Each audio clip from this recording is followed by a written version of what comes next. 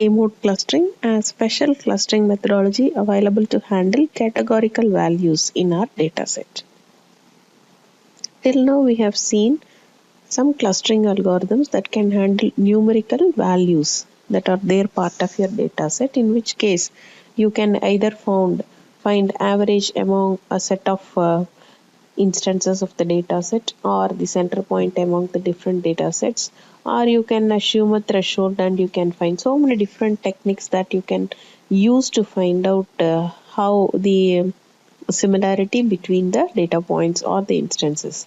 But what if the data is categorical? What is categorical? If the number of values that are present in an attribute is very finite, that you can fix in within specified number of times, we say it is categorical.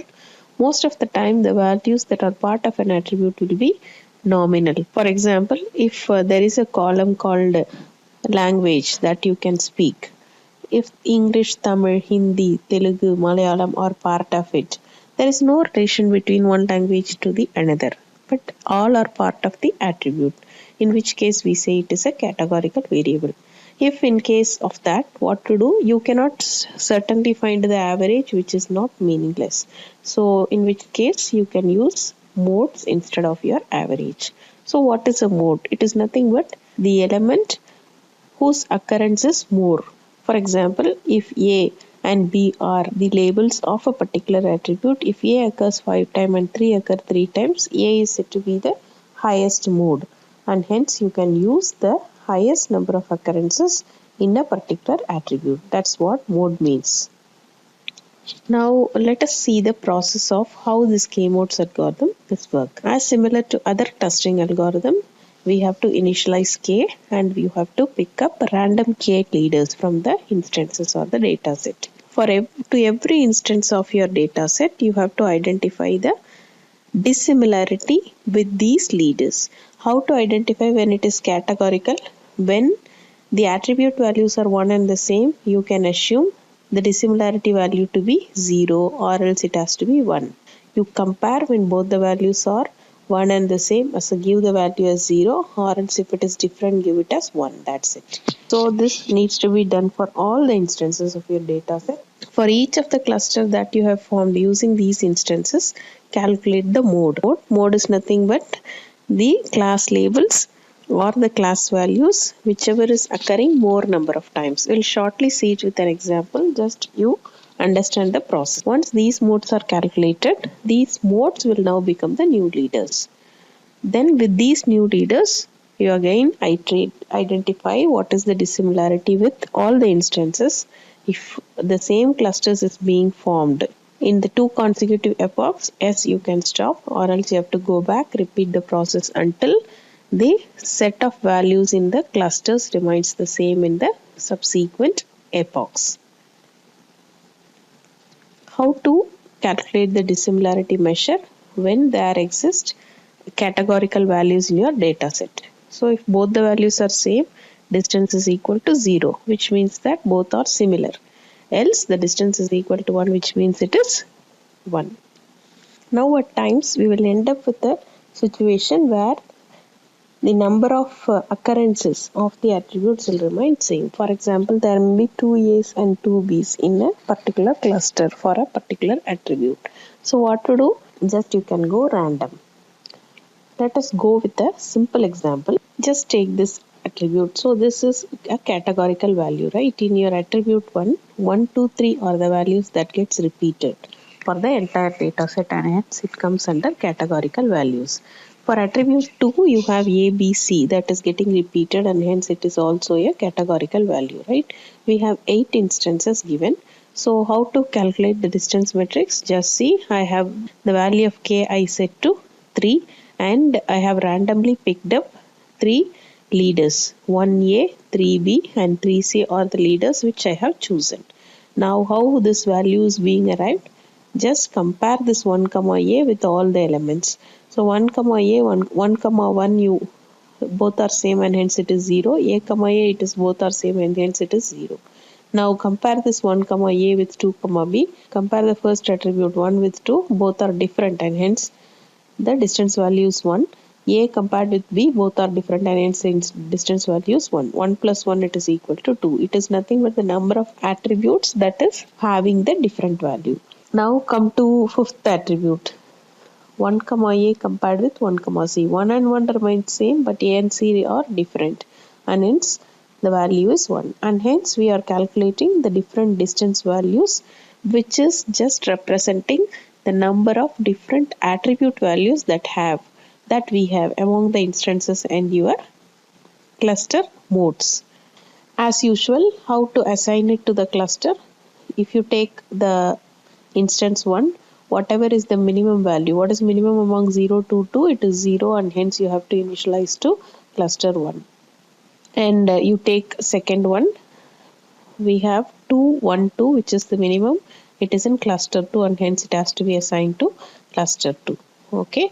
So similar to that we need to do. And if you take 8, you see there are 2 clusters in which the distance is minimum. So you can randomly pick whichever you want. You can either have the third cluster or the first cluster, whichever is preferable.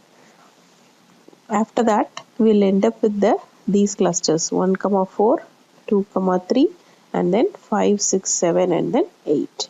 So once having done that, what to do in the next epoch? Now, what I did, I have just organized the instances based on the clusters that we have formed. I have used different colors for representation. The first cluster has 1, 4, second cluster is 2, 3, and third cluster has 4 elements. And accordingly, we have this. Right. Now, how to find the modes of these clusters? So, you take this cluster. Okay. Take the first attribute. How many different values are there? There is only one, which is 1. And hence 1 is the attribute value we have taken. Here also, if you see, there is only one value, which is A, and hence A has been taken. Come to second cluster. Okay. So in second cluster, 2 and 3 are the values of attribute 1. So both has occurred only once. So we have to go random, select anything. You can either choose 2 or 3. I have chosen 3. And here if you look at the second attribute, it is B only and hence B will be the value. And coming to third cluster, if you see, if you take attribute 1. So what is the maximum number of occurrences? 1 occurs twice, 2 and 3 occur once. So 1 has to be chosen. So mode is nothing but attribute value that is occurring more number of times. That's all. Here C is the only value and hence C has been taken. Now these becomes the new modes now.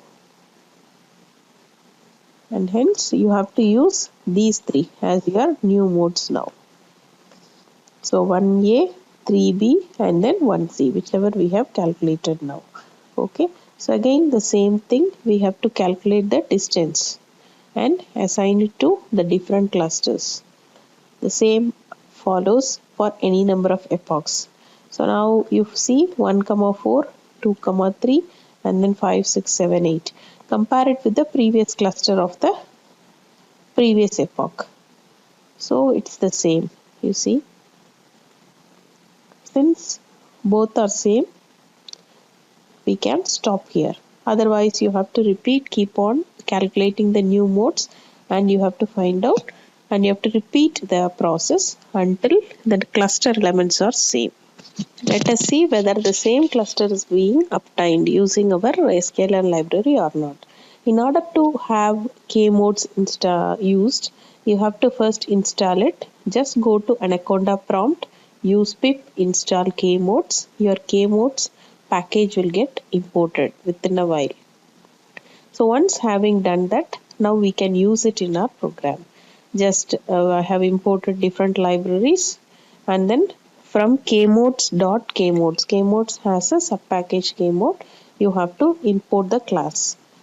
And I have created 2 vectors. Attribute 1 having the elements 1, 2, 3. Whatever we have seen in the same presentation.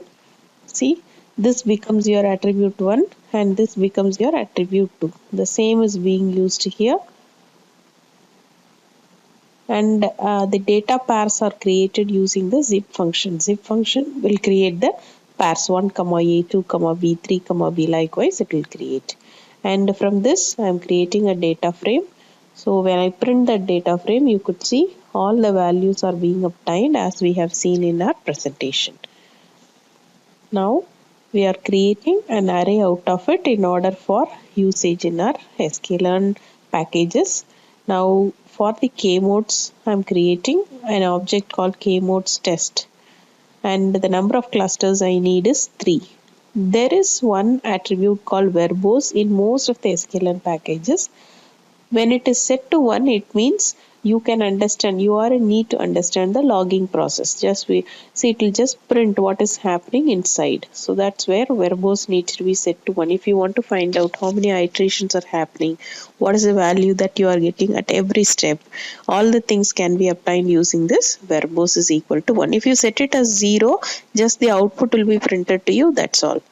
Okay, and so we are predicting by passing this data set. Predicting will just create the clusters for you, and I'm printing whatever the kmodes test object is created, the run one, iteration 1 of 100, the first iteration itself it has created.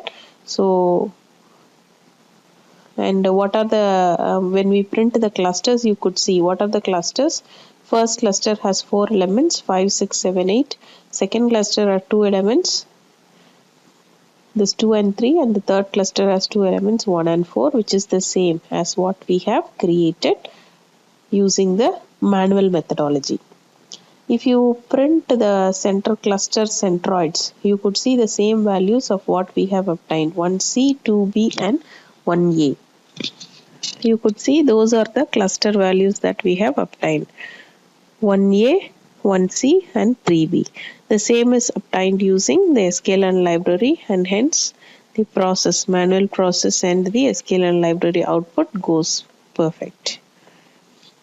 Thanks for listening. Hope you would have understood.